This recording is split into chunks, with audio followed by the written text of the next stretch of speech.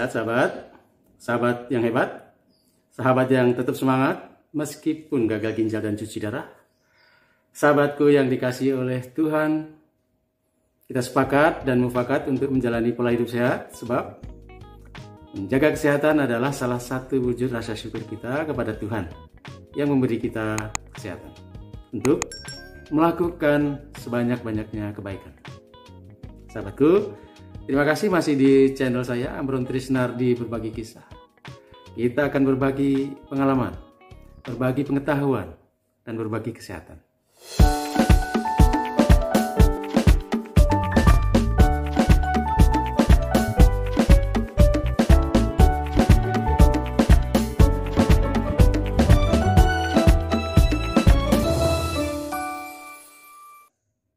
Saya menerima banyak pertanyaan dari sahabat-sahabat kita yang belum 5 tahun cuci darah.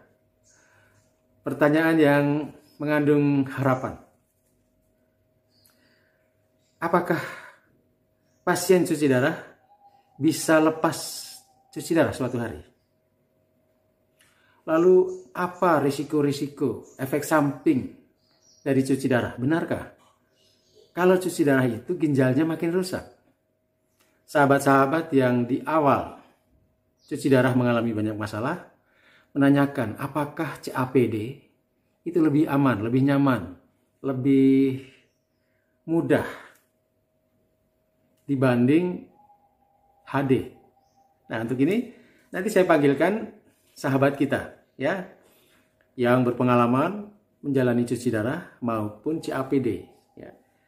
Nanti dia akan berkisah mengenai kelebihan CAPD.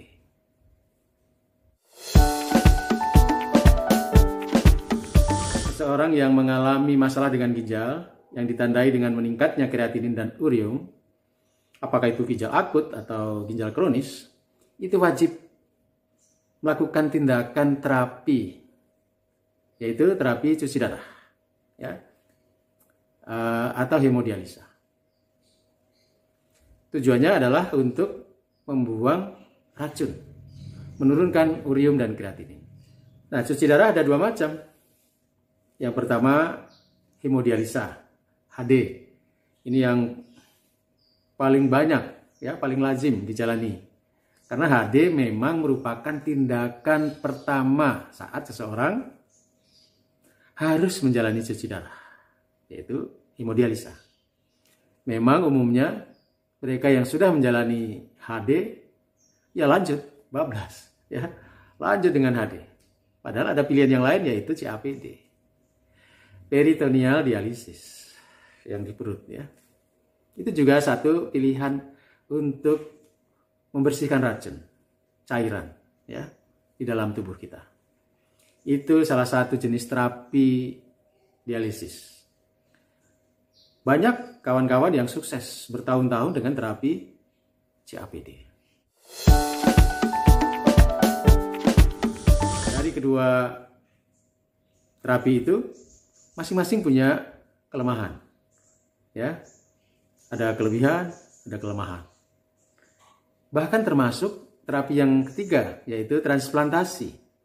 Transplantasi juga membutuhkan komitmen yang tinggi oleh mereka yang mau menjalani terapi itu, ya, karena pasca transplant itu pola hidupnya juga tidak mudah.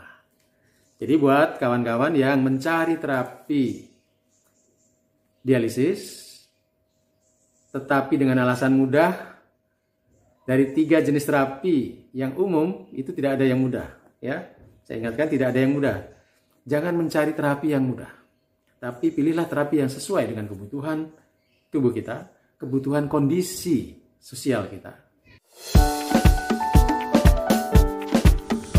Saya ingin menjawab pertanyaan, apakah pasien gagal ginjal setelah cuci darah, ginjalnya bisa pulih atau makin rusak?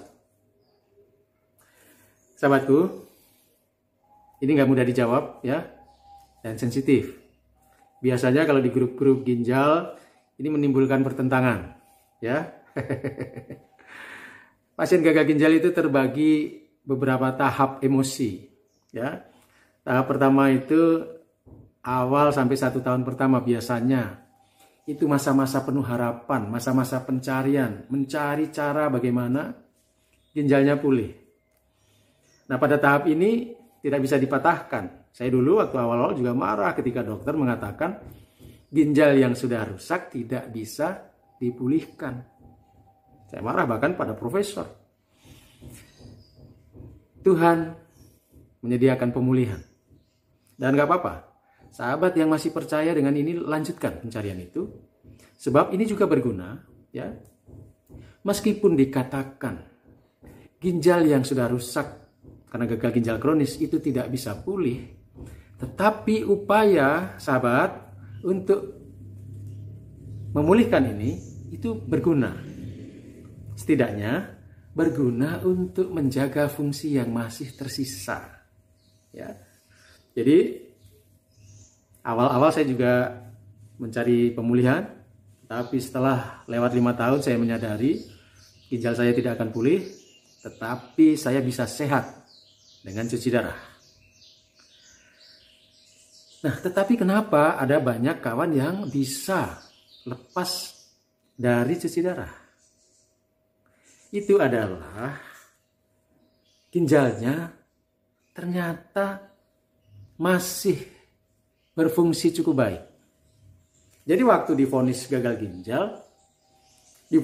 ginjal kronis bahkan, dokter itu menggunakan parameter-parameter yang umum, ya, cara melihat gagal ginjalnya. Dia kan nggak melihat persis ginjalnya ini rusak seberapa. Apalagi banyak pasien kita tidak menjalani cek renogram, ya, dengan nuklir yang bisa melihat kerusakan ginjal lebih nyata.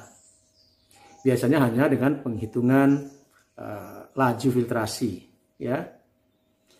Bisa jadi ketika cek lab pertama kali uriumnya tinggi, mungkin karena minum obat, karena berbagai tindakan, ya, yang menimbulkan urium tinggi dan kreatinin tinggi. Namun setelah cuci darah, urium kreatininnya turun dan bertahan cukup rendah, maka dia bisa lepas dari cuci darah. Bukan berarti ginjalnya recovery, tetapi karena fungsi ginjalnya ternyata masih memungkinkan untuk dia tidak perlu cuci darah. Ini banyak dialami teman-teman. Sahabat saya juga. Jadi, sahabatku yang masih awal divonis, tetaplah menjaga pola hidup sehat. Mempertahankan fungsi ginjal yang masih tersisa. Siapa tahu fungsi itu masih memungkinkan untuk kawan-kawan lepas dari HD. Ini tidak mustahil, ya. Banyak terjadi. Jadi itu jawaban saya mengenai apakah setelah cuci darah ginjal bisa membaik. Bisa lepas HD. Itu sangat bisa. Gagal ginjal kronis itu menyebabkan ginjal kita terus mengalami penurunan fungsi. Ya, kondisinya terus menurun, progresif, dan tidak menjadi lebih baik. Jadi bukan karena mesin cuci darahnya, karena proses cuci darahnya, lalu ginjal kita rusak. Bukan. Melainkan karena penyandang gagal ginjal kronis, ginjal yang gagal kronis itu akan terus mengalami penyusutan fungsi sampai betul-betul gagal terminal. Maka setelah cuci darah seringkali hilang kencingnya, ya, nggak usah kaget. Lalu ya ada banyak masalah. Gitu.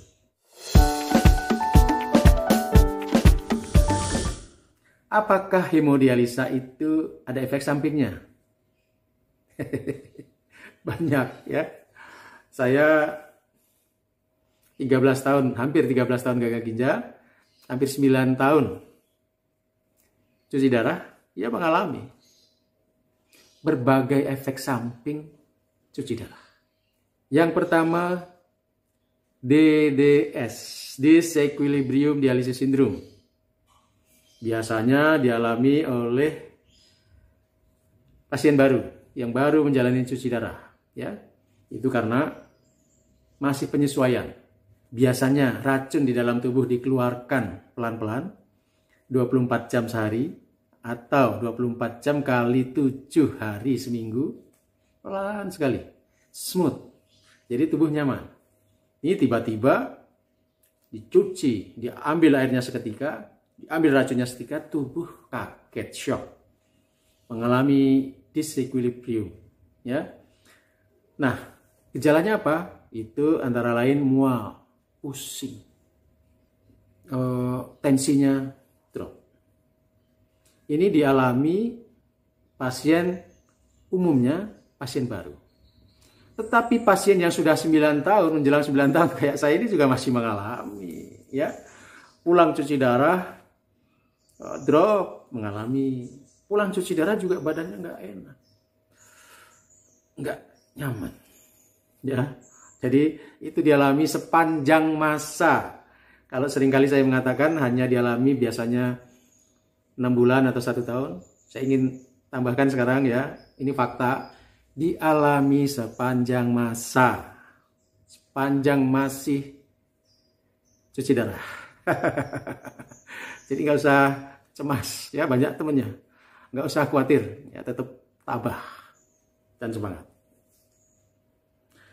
Apa efek samping yang lain dari cuci darah? Ini. Efek samping yang lain dari cuci darah antara lain risiko anemia. Anemia ini bisa disebabkan oleh 2, ya. 1, clotting, beku.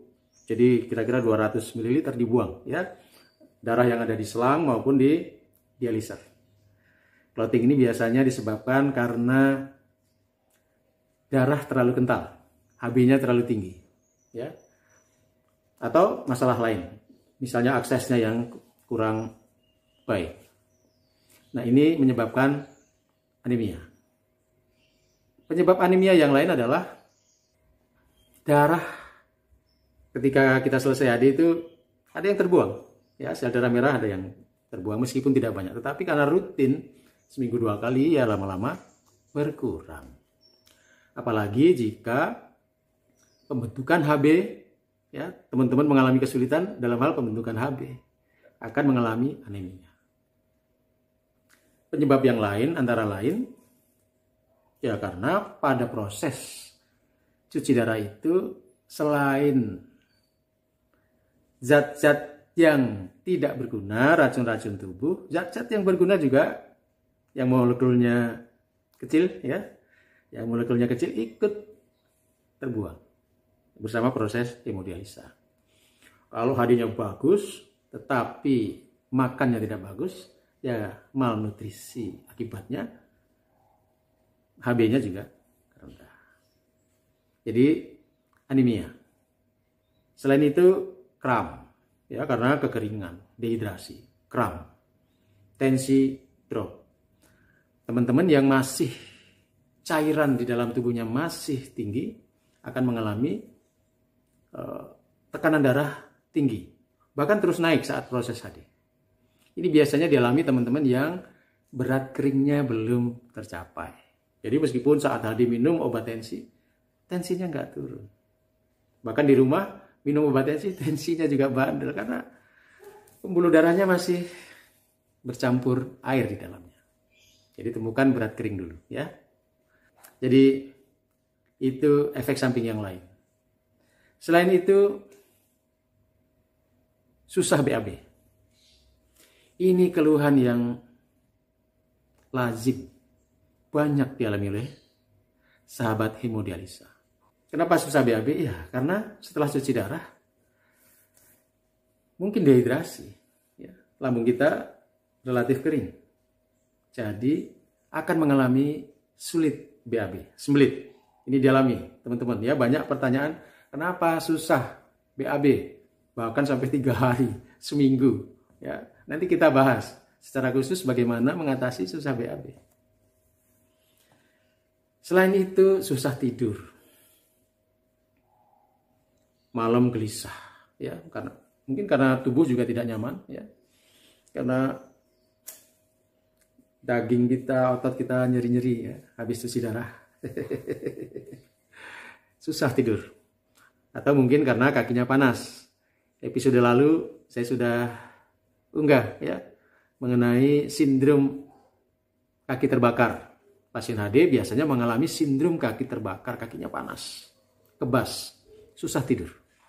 Kesulitan tidur yang lain bisa disebabkan oleh kacaunya elektrolit dan mineral dalam tubuh setelah cuci darah ya. Kurang fosfor atau kelebihan fosfor itu juga menyebabkan sulit tidur. Efek samping yang lain atau masalah yang lain adalah gatal-gatal. Mungkin karena proses reuse kurang bersih, jadi menyebabkan gatal saat kita HD. Atau masalah yang ditimbulkan karena air, RO, ya, itu yang bermasalah. Masalah yang lain adalah menggigil, demam. Ini sering dialami khususnya teman-teman yang masih menggunakan akses CDL, ya, double man, karena mungkin terinfeksi bakteri itu menimbulkan demam.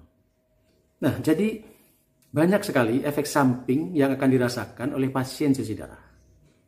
Itu berlangsung seumur hidup, ya. Serem ya kalau seumur hidup. Seumur hidup, selama kita masih menjalani HD, efek samping itu akan dirasakan.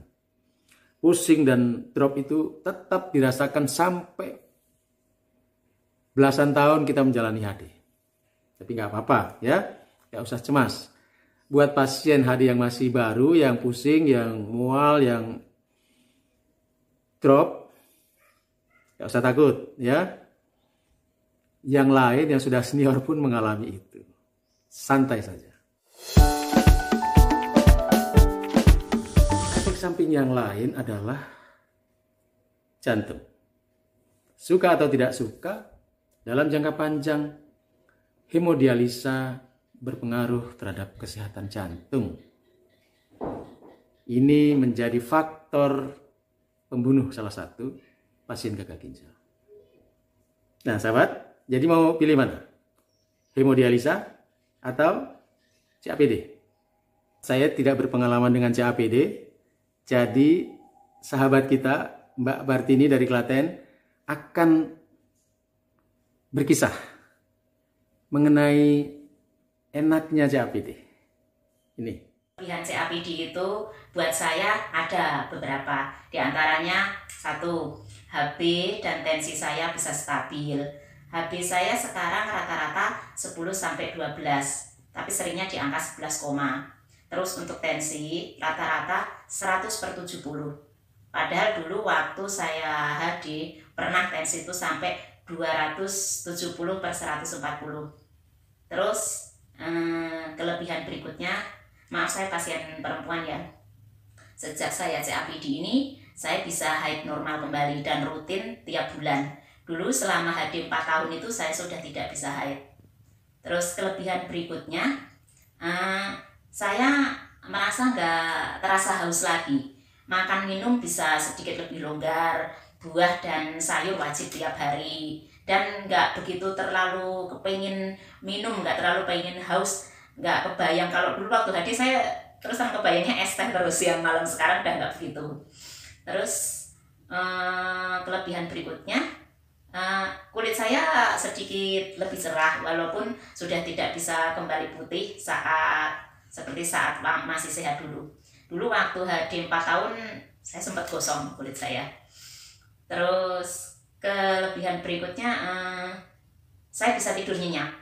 Saya setelah selesai gancar malam, HP udah saya off. Itu saya terus papan tidur pules antara jam 10 sampai bangun udah jam 5 pagi. CAPD itu faktor utama infeksi. Infeksi itu ada 2, yaitu infeksi peritonitis di peritoneum dan infeksi eksiset. Tapi selagi kita mengikuti prosedur CAPD, gancar sesuai SOP CAPD, nurut anjuran dokter dan perawat, jaga kebersihan, jaga pola makan, pasti tidak akan terjadi. Bersyukur puji Tuhan, saya CAPD mau 7 tahun ini belum pernah infeksi sama sekali. baik itu infeksi di XYZ maupun infeksi peritonitis. Sahabat, tetap semangat. Terapi gagal ginjal apapun, CAPD, hemodialisa, maupun transplantasi, membawa konsekuensinya masing-masing. Ya, semua ada kelemahan, semua ada kelebihan. Kelebihannya terletak pada cara kita menjaga kesehatan, ya, mengendalikan kesehatan kita. Kelemahannya juga ada pada diri kita. Selama kita mampu mengendalikan diri, menjalani pola hidup sehat, kita akan sehat untuk waktu yang lama. Semangat!